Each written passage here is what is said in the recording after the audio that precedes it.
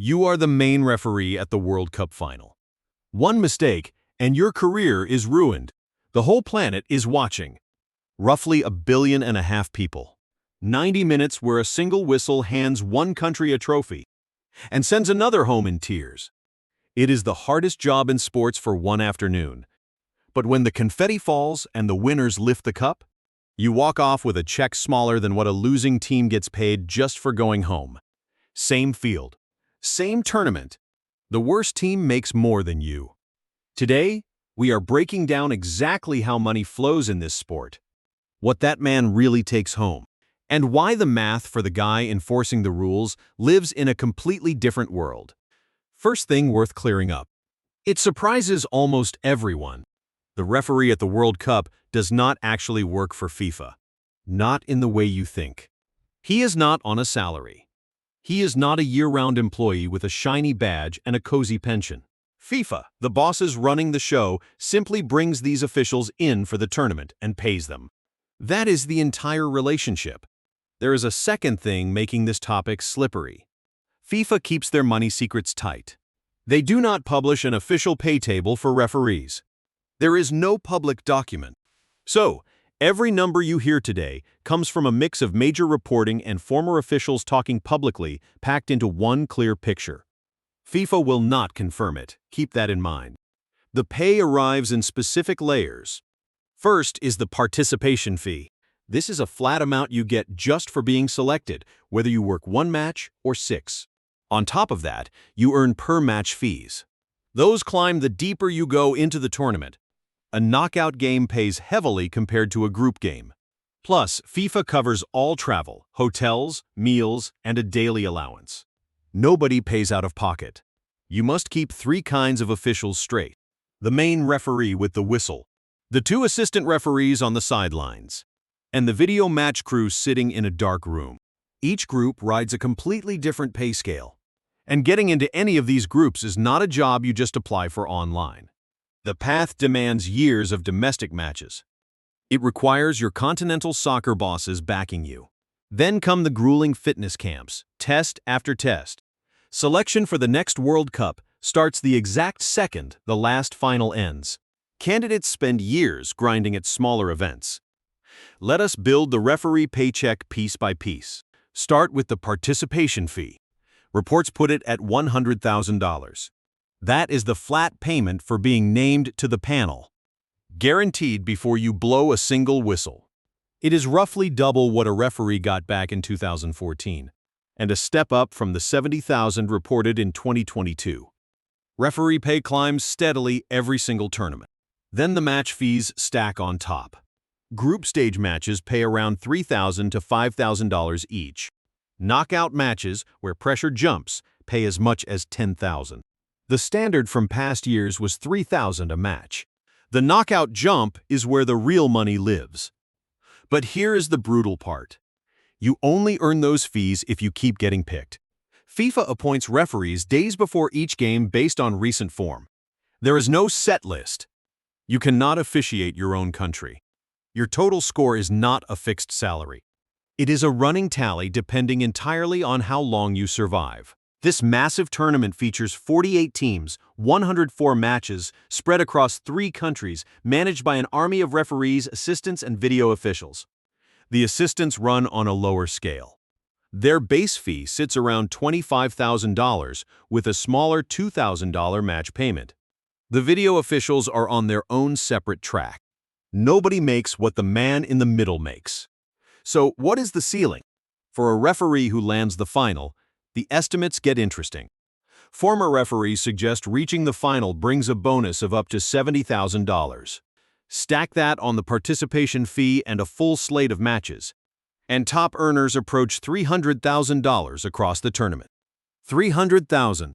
For being the single most watched official on Earth for a month, that is real money. It is a career best payday for almost any referee alive.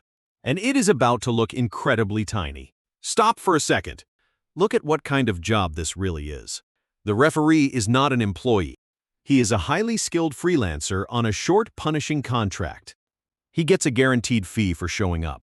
Then he gets paid per game with big checks locked behind flawless performance. No games. No fees. It is piecework at the highest level of a global sport. That framing matters. Because the moment you set his ceiling next to what is happening on the other side of the white line, 300,000 starts to look almost tiny. Let us look at the other side, the money the players are playing for. The prize pool for this tournament is a record. FIFA confirmed a total of $871 million in payments to the teams. That is a massive jump. The team that wins it all takes home $50 million. The runner-up gets $33 million. Every single team that qualifies is guaranteed at least $12.5 million just for showing up. And even the teams that lose all 3 group games and go home first still collect around $9 million in performance money. Sit with that. The absolute worst team at the tournament walks away with $9 million.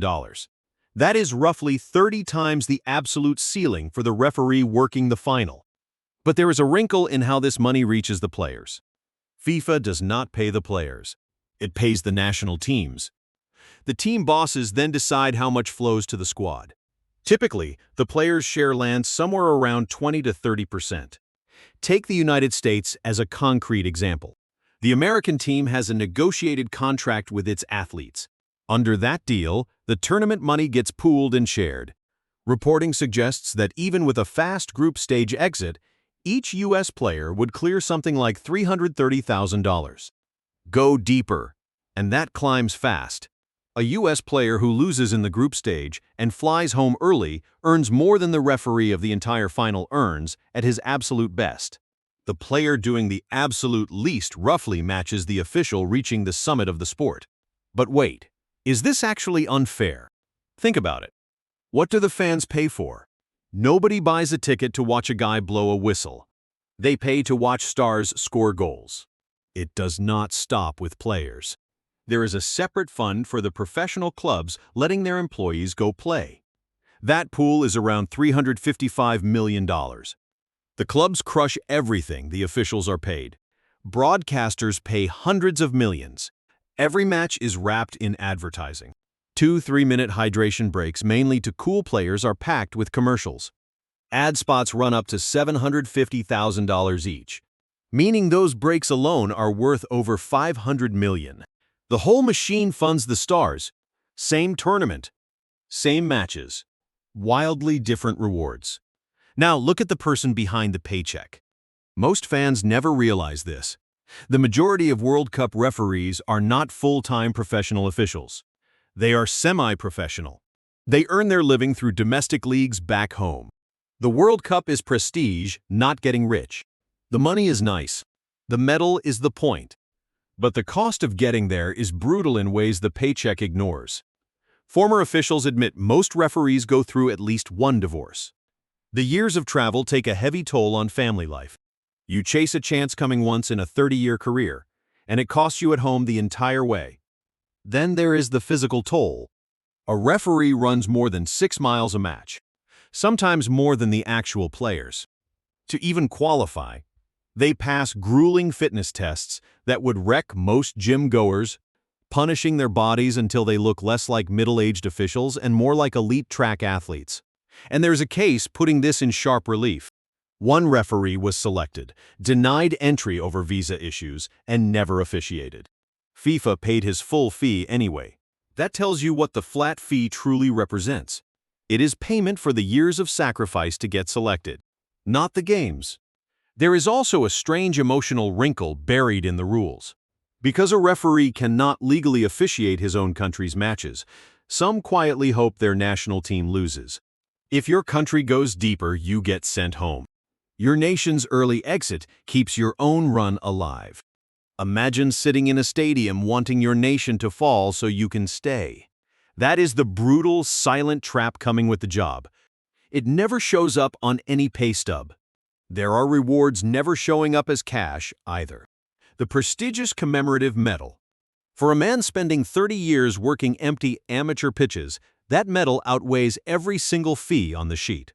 So what do you take from all this beyond the trivia of what a referee earns?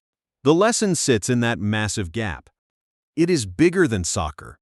Value in a market almost never tracks difficulty. It does not track importance. It does not even track how much pressure you are under. The referee job is arguably harder than being a bench warmer. He cannot sub off. He cannot hide. One mistake gets replayed for years, and he still earns a sliver of what the players earn. Why? Because difficulty is not what gets paid. Demand is what gets paid. Watch for this pattern once you know it is there. It is everywhere. The session musician playing flawlessly on the hit record earns a flat fee, while the ghostwriter doing the heavy lifting gets a handshake, but the artists and authors whose names are on the cover earn royalties for decades. The pattern holds perfectly. The money follows the person the audience came for. It does not follow the person doing the most careful labor. None of this tells you what to do with your own career or your own money. It is an observation about how the machinery works. Nothing more. But once you understand that reward follows attention rather than effort, you understand something vital. A lot of very hard-working, underpaid people never quite figure this out. Here is the exact model to carry out of this video. Pay tracks demand, not effort. Where you sit relative to the paying audience shapes your check more than your skill ever will. The closer you are to the reason people showed up, the more money you capture. The further you drift toward essential but invisible, the more you get a flat fee and a firm handshake. The referee is the purest version of that truth in all of sports. He is essential. The match absolutely cannot happen without him. And he is still paid exactly like a specialist contractor. Because the screaming crowd, the rich sponsors, and the massive broadcasters did not tune in for him. The whistle is essential, but it is invisible in the way that pays. That referee at the final will never sign an autograph on the way out. No kid will ask for his jersey. He will take home a fraction of what the men he spent 90 minutes judging will earn. But when he walks off that field, he carries a legendary medal that almost none of those millionaires will ever hold. He holds a permanent place in the history of the one game the whole world stopped to watch. If you had to pick right now, would you take the $300,000 and the legendary World Cup final whistle, or the $1 million benchwarmer paycheck with zero legacy? Tell me your choice in the comments. And if this reality check changed how you see the game, hit subscribe.